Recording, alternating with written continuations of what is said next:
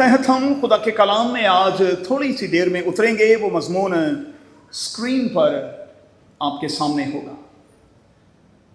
आइए 2 बार इसे ऊंची आवाज में पढ़ लें ताकि ये हमारे साथ और हमारे अंदर रहे।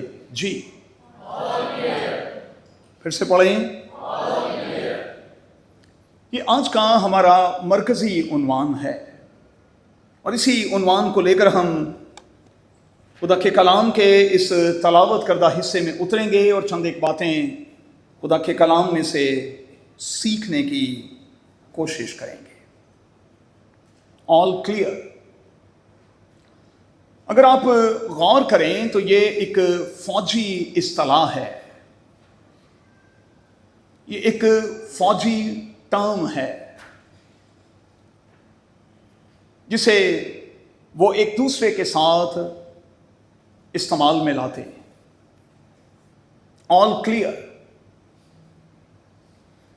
इस बात को नोट करें कि ये तब कहा जाता है जब किसी मखसूस इलाके की मुकम्मल छानबीन कर ली जाए, उसे पूरे तौर पर चेक कर लिया जाए और ये देख लिया जाए कि अब खतरे की कोई बात बाकी नहीं रही, तो फिर फौज के लोग एक दूसरे को हौसला और तसल्ली देते और आगे बढ़ते हुए कहते हैं ऑल क्लियर, ऑल क्लियर।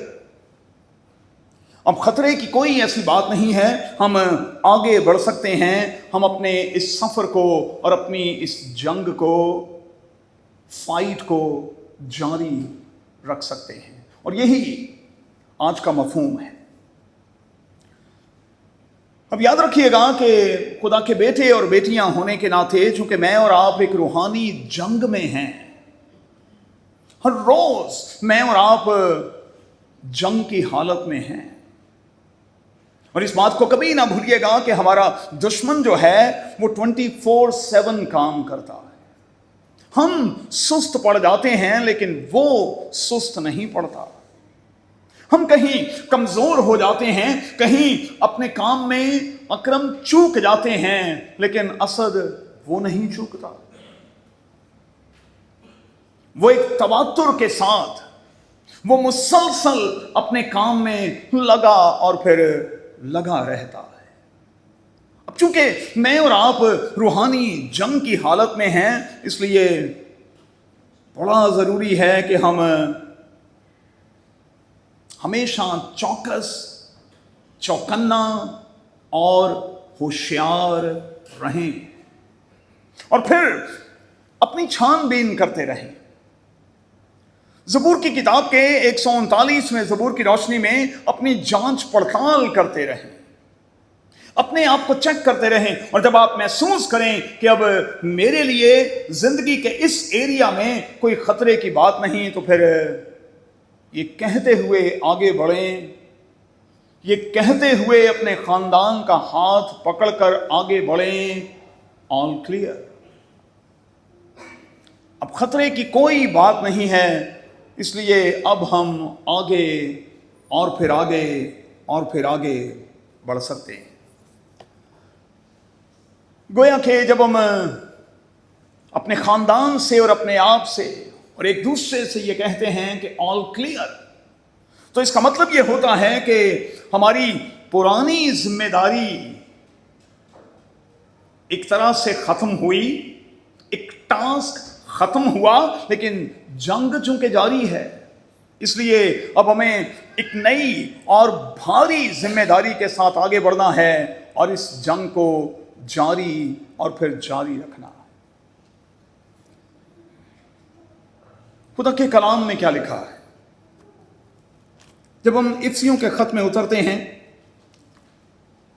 तो बाइबल मुकद्दस में इफ्सियों के खत में मेरे और आपके लिए यह लिखा है, इस वास्ते तुम खुदा के सब हथियार बांध लो। इस तुम में आप शामिल हैं, आप शामिल हैं, आप शामिल हैं, आप शामिल हैं, आप शामिल हैं, आप शामिल हैं, आप शामिल हैं।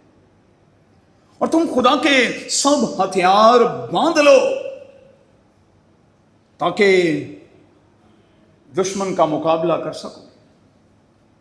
हथियार बंद हमें रहना है, हथियार बांध कर रखना है, और मसीही जिंदगी में कहीं भी लापरवाही और सुस्ती की, प्यारे दोस्तों, गुंजाइश नहीं। एक बात याद रखिएगा, एक टास्क को मुकम्मल करने के बाद जब हम आगे बढ़ते हैं और हम रिलैक्स हालत में आ जाते हैं, तब इब्लीस को मौका मिलता है कि वो हमें गिराए। अब इसको जरा लिंक करते हैं। तूफान नूह गुजर गया और खुदा के कलाम में लिखा है चीजें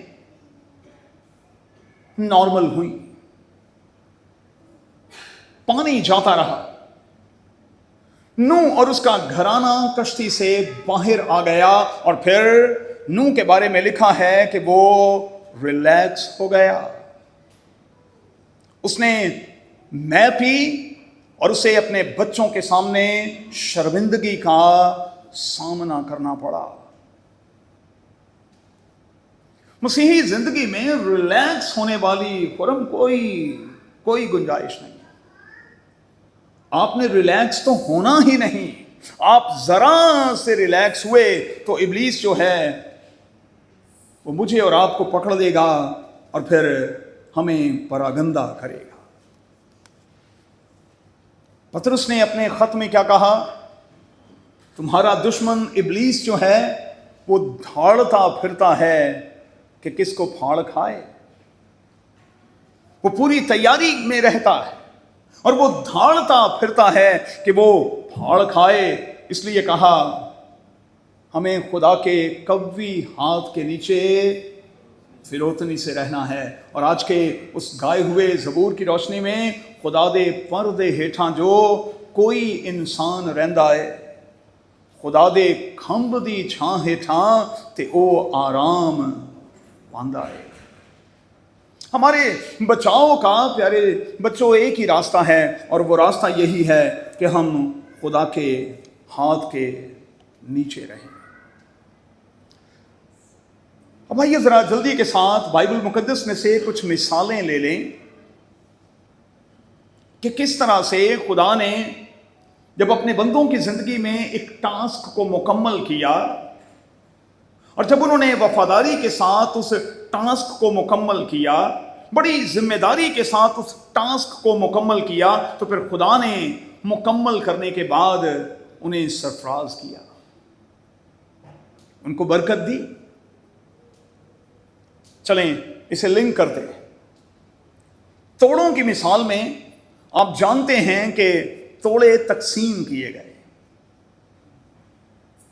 रिसीव करने वालों को एक टास्क दिया गया और जब उन्हें टास्क दिया गया और जिन्होंने टास्क को खुश असलूबी के साथ मुकम्मल किया, उसके बारे में नोबल भाई आवाज गूंजी, शाबाश, वेल डन, शाबाश आए अच्छे और दयानतदार नौकर, शाबाश तू थोड़े में दयानतदार रहा, अब तुझे नई जिम्मेदारियां दी जाती हैं,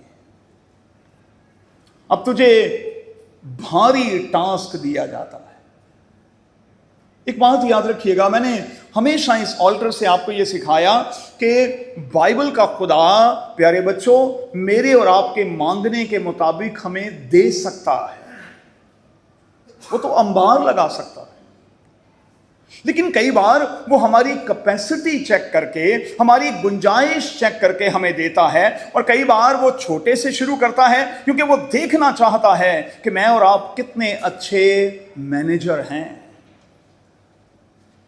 कितने अच्छे से मैं और आप चीज़ों को मैनेज करते हैं। और जब हम चीज़ों को मैनेज करना सीख लेते हैं, अच्छे मैनेजर बनते चले जाते हैं, तो फिर ऑटोमेटिकली खुदा उन चीज़ों में, उन जिम्मेदारियों में, उन तोड़ों में इजाफा करता चला जाता है। जिसको 2 दिए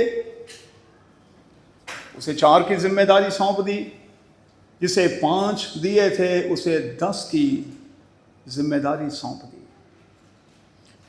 खुदा के घर में किसी चीज की, प्यारे बच्चों, कमी नहीं। आप उससे موٹر سائیکل مانگتے ہیں وہ آپ کو ٹرالا بھی دے سکتا ہے بھائی، لیکن ٹرالے کے لائق تو ہونا، اس کے ٹائر ڈلوا لیں گے، باقی چیزیں چھوڑیں، ٹیکنیکل چیزیں چھوڑیں، آپ اس کے ٹائر ڈلوا لیں گے۔ پھر سے میں آپ کو یاد دلاتا ہوں کہ جب میں گجرانوالہ سیمنری سے واپس آیا، خدا نے کامیابی بخشی، میرے والد صاحب نے ایک مجھے ٹاسک دیا تھا کہ اگر تو سیمنری ٹاپ کرے تو میں تجھے یاماہا لے کے دوں گا۔ تو ان دنوں میں یاماہا کی تو بڑی بات تھی نا بھائی، بڑی بات تھی۔ تو انہوں نے اکبر روڈ سے کراچی سے مجھے یاماہا موٹر سائیکل لے کے دی۔ اچھا، جب وہ مجھے لے کر گئے تو اکبر مارکیٹ جو کراچی کے ہیں وہ جانتے ہیں کہ باہر والے روڈ پر ساری 4 وہیل کاروں کی دکانیں ہیں، شو رومز ہیں، اور اندر والی سائڈ پر صرف موٹر سائیکلز ملتی۔ اب میں ادھر دیکھوں، انسان ہے نا، اب میں ادھر دیکھوں، بار بار ادھر دیکھوں، اب دیکھ کس کے سامنے رہا ہوں؟ جو میرا بھی باپ ہے۔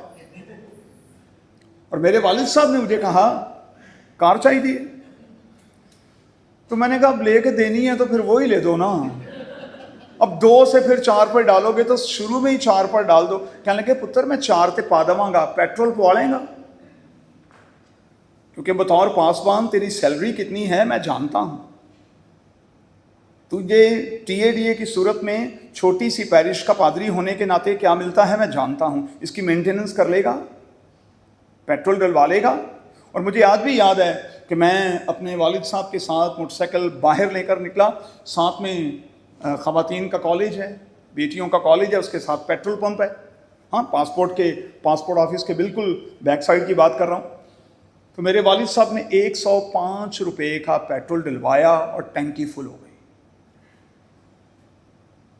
میرے کندھے پر ہاتھ رکھا اور کہا پتر اے پہلی تے آخری باری فل کروائیے، ہوں تو آپ ہی کرنی ہے، اب میں نے نہیں کرنی، پہلی اور آخری مرتبہ۔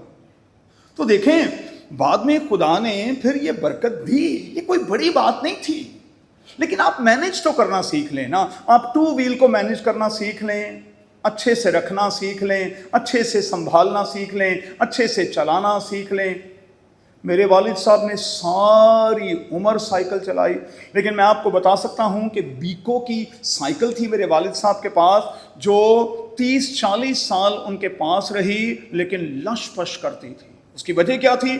کیونکہ وہ ہر ہفتے کے دن اپنی سائیکل پر گھنٹوں لگاتے۔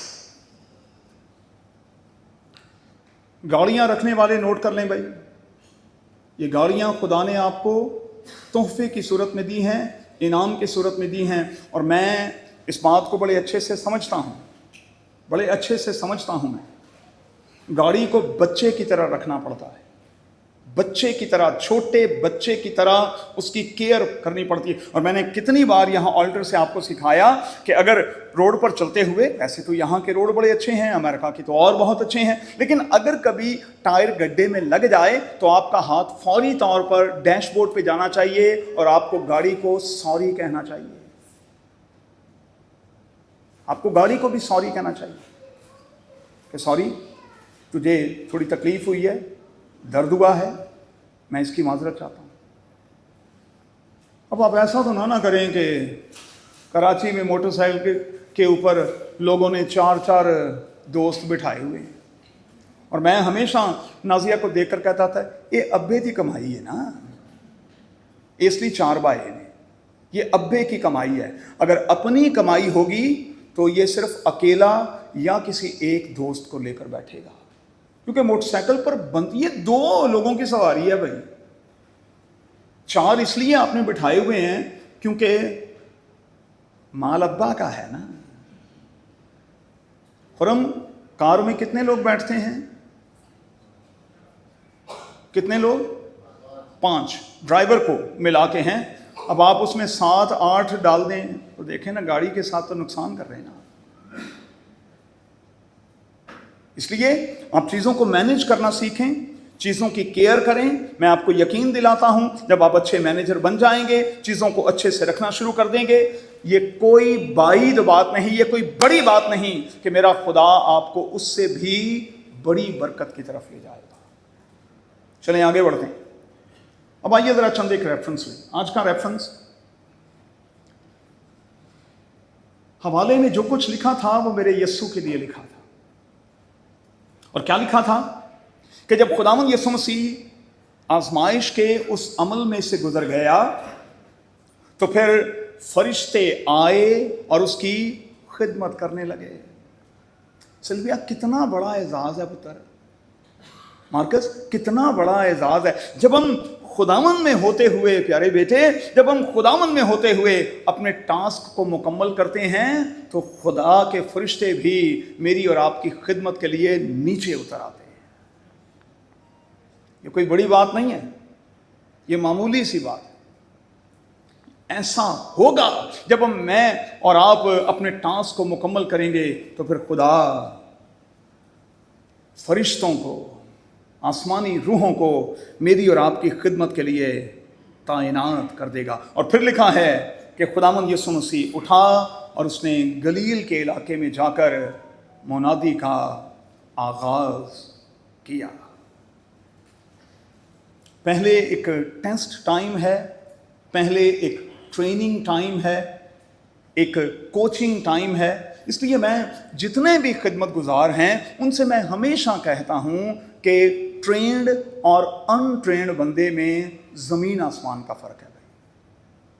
ट्रेनिंग बहुत ज़रूरी है। जब तक आप ट्रेनिंग के अमल से गुजरते नहीं तब तक आप खिदमत के लिए तैयार होते नहीं। एक अगली मिसाल, खुदावंद के बंदा अय्यूब की मिसाल। दुनिया का सबसे अमीर तरीन शख्स था, दुनिया का, उस वक्त की दुनिया का अमीर तरीन शख्स। एक ही वक्त में, एक ही झटके में उससे शारून सब कुछ ले लिया गया, सब कुछ ले लिया गया। और यहीं से टेस्ट टाइम शुरू हुआ। और इस टेस्ट टाइम में अय्यूब खुदा का फर्माबरदार रहा और उसने अपनी जुबान से कोई एक शब्द भी बुरा नहीं निकाला, बल्कि जब उसकी बीवी ने उसे मुख्तलिफ तरीके से ट्रीट किया और उसे कहा कि अपने खुदा की तहकीर कर, उसने कहा तू तो नादान औरतों की सी बातें करती है, हम खुदा के हाथ से सुख पाएं दुख ना पाएं, हम खुदा के हाथ से सुख पाएं दुख ना पाएं। और दुबई में आपने बड़े मौजें की हैं भाई, लग्जरी किस्म की लाइफ आपने गुजारी है। चलें कोई बात नहीं, वॉर का सिलसिला है तो ये तो सबके साथ ही है ना, हर एरिया मुतासिर हुआ है। लेकिन मैंने हमेशा इन गुजरे 100 से ज़्यादा दिनों में आपको कहा कि ज़िंदगी में कोई भी चीज़ मुस्तकिल नहीं होती, टेम्परेरी है। आज है कल नहीं होगी। और मैं हमेशा आपको इनकरेज करता हूँ, चीज़ें नॉर्मल होंगी, बिल्कुल होंगी। चलें 2 बार कहें आमीन, आमीन। फिर से कहें आमीन। आगे बढ़ते हैं। अय्यूब जब अपने टास्क में, इलियास भाई, फर्माबरदार निकला, पूरा निकला, तो फिर खुदा ने 2 तरह से काम किया। पहला काम तो ये किया कि जितने उसके जानने वाले थे उनके दिल में ये बात डाली कि इसको जेवर दो। और क्या लिखा है, जितने लोग उसके पास आए उन्होंने जेवर की मद में, यानी गोल्ड की मद में उसे कुछ ना कुछ दिया। और खुदा की तरफ से क्या बरकत मिली? खुदा की तरफ से ये बरकत मिली चूंकि उसने अपनी जुबान से कोई नाजेबा लफ्ज नहीं निकाला, इसलिए जो कुछ उसके पास था खुदा ने उसे 200% करके वापस किया, 200% करके। जो कुछ भी था उसके पास, खुदा ने उसे डबल करके दे दिया। खुदा मेरे और आपके साथ भी ये कर सकता है, वो मेरे और आपके लिए भी ये करेगा। वो डबल क्या, वो ट्रिपल भी कर देगा। लेकिन हमें खुदावन के साथ अय्यूब की तरह वफादार रहना पड़ेगा। अच्छा, ये खुदा का तरीका है। मिस्र की 430 साल गुलामी से कौम निकली तो वहाँ भी खुदा ने अपने लोगों को गोल्ड दिलवाया। लिखा है वो सारे के सारे लोग आए और उन्होंने आकर अपना गोल्ड उनके साथ शेयर किया। यहाँ भी यही हुआ कि अय्यूब का सब कुछ जाता रहा और लोग आए और उन्होंने उसके साथ गोल्ड शेयर किया, गोल्ड शेयर किया। ये सब कुछ होगा। और मैं उन बेटियों से यहाँ मुखातिब हूँ जिनके पास अब गोल्ड की कोई चीज़ नहीं रही। कोई बात नहीं, ये हमारे एसेट्स होते हैं, लग जाते हैं, कोई बड़ी बात नहीं। आपके पास ये फिर सब कुछ होगा। मैं आपको यकीन दिलाता हूँ बेटियों, आपके पास ये सब कुछ होगा। आप बस खुदा की फरमाबरदार रहें। और खुदा गुआंढियां नु कहेगा जाओ गोल्ड दे के आओ। आज वैसे हमारी कलीसिया के कुछ खानदान ऐसे हैं जो गोल्ड में लेन देन करते हैं। आप समझ रहे हैं, सिल्विया रही हैं, तो गोल्ड में लेन देन करते हैं, और मैं उसके लिए खुदा का शुक्र और उसके नाम की तारीफ करता हूँ। आगे बढ़ेंगे। आज की तीसरी मिसाल, शकील यूसुफ की मिसाल। बड़ा ज़बरदस्त बच्चा था, 17 साल तक इसने मौजें की। इसका बाप इसे कलरफुल किस्म के कपड़े पहनाता था और बाप इसके मुंह से निकली हुई हर बात को पूरा करता था। उसकी वजह क्या थी? क्योंकि ये अपने बाप के बुढ़ापे की औलाद था। लेकिन जिंदगी ने एक अजीब सा टर्न लिया, एक अजीब सा टर्न लिया, और इस बच्चे के पास कुछ नहीं रहा, बल्कि इसे सिर्फ 30 सिक्कों में बेच दिया गया।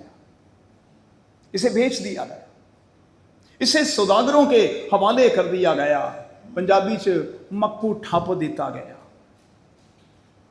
और बाप के सामने ये शो कर दिया गया कि तेरा बच्चा जो है उसे किसी खूनखार जानवर ने फाड़ दिया है, फाड़ दिया है। लेकिन यही बच्चा इस सारे टास्क में इतना वफादार रहा। लिखा है और यूसुफ जानता था कि खुदा उसके साथ साथ है। बाइबल में यही लिखा है। वो जानता था कि मैं गड्ढे में हूं, मैं बेचा जा रहा हूं, मैं कैद में हूं, मुझे एक अजीब से सिलसिले में डाल दिया गया है। उस गुनाह का मुर्तकब मुझे करार दे दिया गया है जो मैंने किया ही नहीं, जो मेरी मालकन ने मुझ पर इल्ज़ाम लगाया है। लेकिन वो खामोश रहा, अपने टास्क को मुकम्मल किया। और जब उसने टास्क को मुकम्मल किया तो अनिल वो फाइनेंस मिनिस्टर बनकर उभरा, मिस्र में फाइनेंस मिनिस्टर। एक आखिरी मिसाल ले लें, दाऊद की मिसाल। सैमुअल को खुदा ने कहा कि लोगों की बातें तुझे बुरी ना लगे,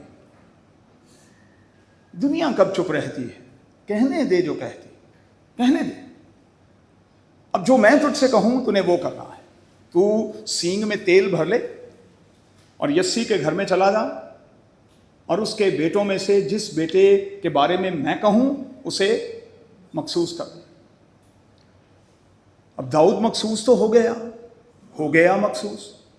फरहान, बैसल मखसूस तो हो गया, तख्त मिल नहीं रहा, ताज मिल नहीं रहा। और यार ये किस किस्म की मखसूसियत है भाई। और आप जानते हैं 10 साल के बाद, 10 साल के इंतजार के बाद दाऊद को तख्त मिला। अनाउंसमेंट पहले हो गई, उसे बादशाह के तौर पर मखसूस कर दिया गया, लेकिन 10 साल लग गए। तो कोई बात नहीं ना, अगर खुदा की यही मर्जी है कि वो आपके मामले में कुछ थोड़ी सी देर ले, थोड़ा इंतजार करवाए, तो नोट करें, मैंने हमेशा ये कहा कि डिले का मतलब रिजेक्शन नहीं होता भाई, रीडायरेक्शन होता है, रीडायरेक्शन होता है। खुदा आपको प्रिपरेशन के अमल से गुजारता है कि आप पूरे हो जाएं और फिर उसके बाद आपको ताजो तख्त दे दिया जाए। चलें वाइंड अप करते हैं। मेरी और आपकी ये जंग जो हम हर रोज लड़ते हैं ये ख़त्म नहीं होगी। हाँ, एक मरहला ख़त्म होगा, दूसरा सर उठाएगा, लेकिन आपको चौकन्ना, चौकस और होशियार रहना है, सुस्त नहीं पड़ना, वरना नूह के ख़ानदान जैसे हालात हो जाएंगे। आपको सुस्त नहीं पड़ना, रिलैक्स नहीं होना, पी के टोना नहीं होना, फिर काम खराब हो जाएगा। پھر بچوں کے سامنے آپ کو شرمندگی کا سامنا کرنا پڑے گا. ریلیکس نہیں ہونا, چوکنا چوکس اور ہوشیار رہنا ہے, اور پھونک کر قدم رکھنا ہے. اور خاندانی زندگی میں, چونکہ خاندان ابلیس کے پہلے نشانے پر ہے, اس لیے اپنی بیوی اور بچوں کا ہاتھ پکڑ کر پھونک کر قدم رکھ کر اپنے بچوں کو کہنا ہے آل کلیئر, آل کلیئر, آگے بڑھتے ہیں, آل کلیئر, آگے بڑھتے ہیں, آل کلیئر, اور کچھ آگے بڑھتے ہیں. تو آئیے آج ایک پریکٹیکل کریں اور خدا کے گھر سے اٹھیں, ایک دوسرے کی طرف منہ کر لیں. جن کے پاس, جن کے ساتھ کوئی نہیں, وہ میری طرف منہ کر لیں, میں آپ کے ساتھ ہوں. منہ کر لیں جی ایک دوسرے کی طرف, اور ایک دوسرے سے دل سے 2 بار کہیں آل کلیئر. پھر سے کہیں, پھر سے کہیں. آئیے دعا کریں. ارے خداوند تیرے کلام کی ان خوبصورت باتوں کے لیے, آج کی آگاہی کے لیے شکر گزار ہیں.